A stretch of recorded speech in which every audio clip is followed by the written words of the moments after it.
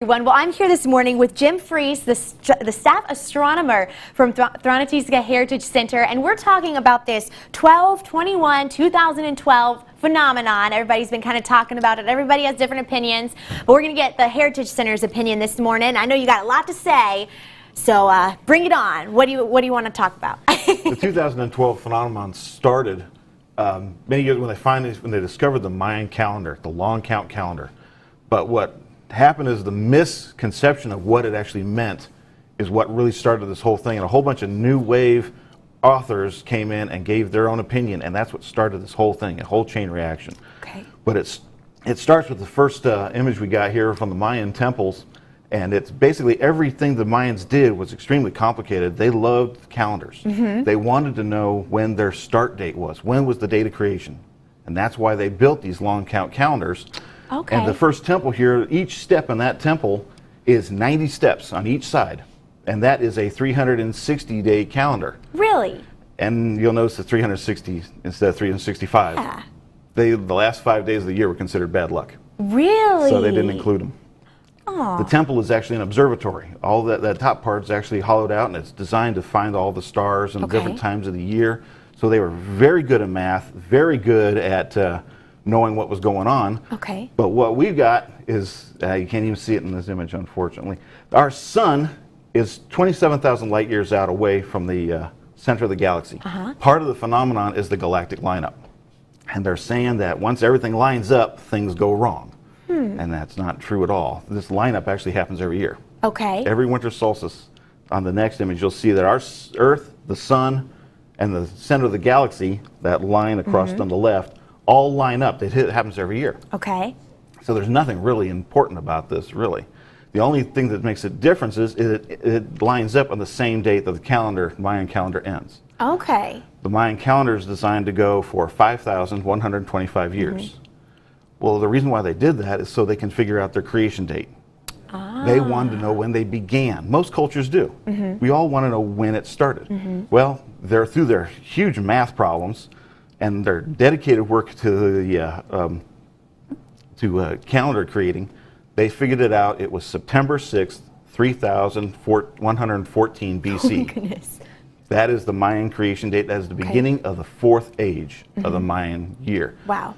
The first three ages were created by the gods and all failed. Interesting. I love this culture. So this is the fourth age, and it's going to end on December 21st.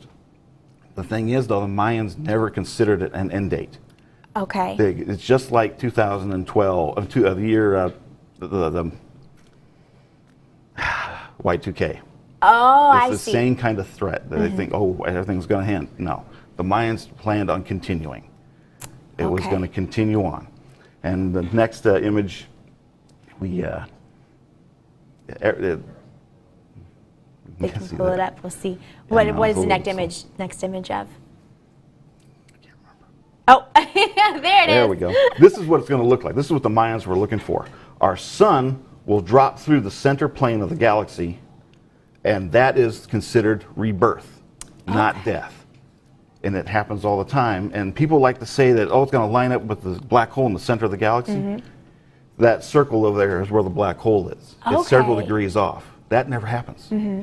So there is no gravitational alignment. There's no doom and gloom coming from the center of the galaxy. Okay. That's not going to happen. The central black hole is so far away, it has no effect on us whatsoever. Mars has more effect on us than the black hole could. So I'm seeing that since you are an astronomer and with the Mayans, a lot of this does have to do with the stars, which I don't really know a whole lot about the Mayans and their calendar and things like that, but I didn't realize it was so astronomy heavy. Yeah, very astronomy heavy. They based everything off of it. They were able to plan out Venus's movement through the stars for another 1,000 years into the future. Wow. And that was important to them because they wanted to know what was going on. But the next image is about the Mayan calendar. That is what the calendar actually looked like. Okay. But it's huge. That first ring, the big ring, is actually 13 feet across. Oh my goodness. And they rolled these rocks around it. Wow. Marking every day, and it's a 52-year calendar. So it goes all the way around the city. That's wild. And the images that they have, they found the inscriptions in Mayan, which I don't think that slide came up. It's very complicated. It's the next one, or the one before that. That's okay. But it actually gave the end date on this inscription, the king that was involved, the end date, the year they were in. And the thing is, though, they also had other images, other dates that predicted still 1,000 years into the future. So the Mayans never intended for this to end. Gotcha. It's going to continue on. But New Age authors wanted to put all kinds of spin on it. Right. And they're the ones that are saying, there's a place in France right now that's being inundated with people because a small village, because they think the New Age is going to take place on their mountain. Wow. And it's killing them. Now, did the Mayans did their civilization end, and that's why they couldn't continue the calendar? That's what I've always thought. They just didn't never get to finish it because they got wiped out or something. They gave it up. Okay. Before the Spanish arrived, they gave up the long count calendar bit. They just decided to go to the 52-year calendar, and they gave up the long count. I would say, I mean, it was so far in advance, I would have been like, we're not even going to get there anyway. Exactly. I would have given up too. Yeah, there was no reason for them to continue. It makes sense. Well, we sure appreciate you coming on. If you guys want more information, you can go to heritagecenter.org. They also have a Facebook page, Thronateeska Heritage Center. Again, Jim Fries, astronomer, thank you so much for coming on, explaining it all to us. It sure does make a lot of sense now. We appreciate it. All right, on over to you, Chris.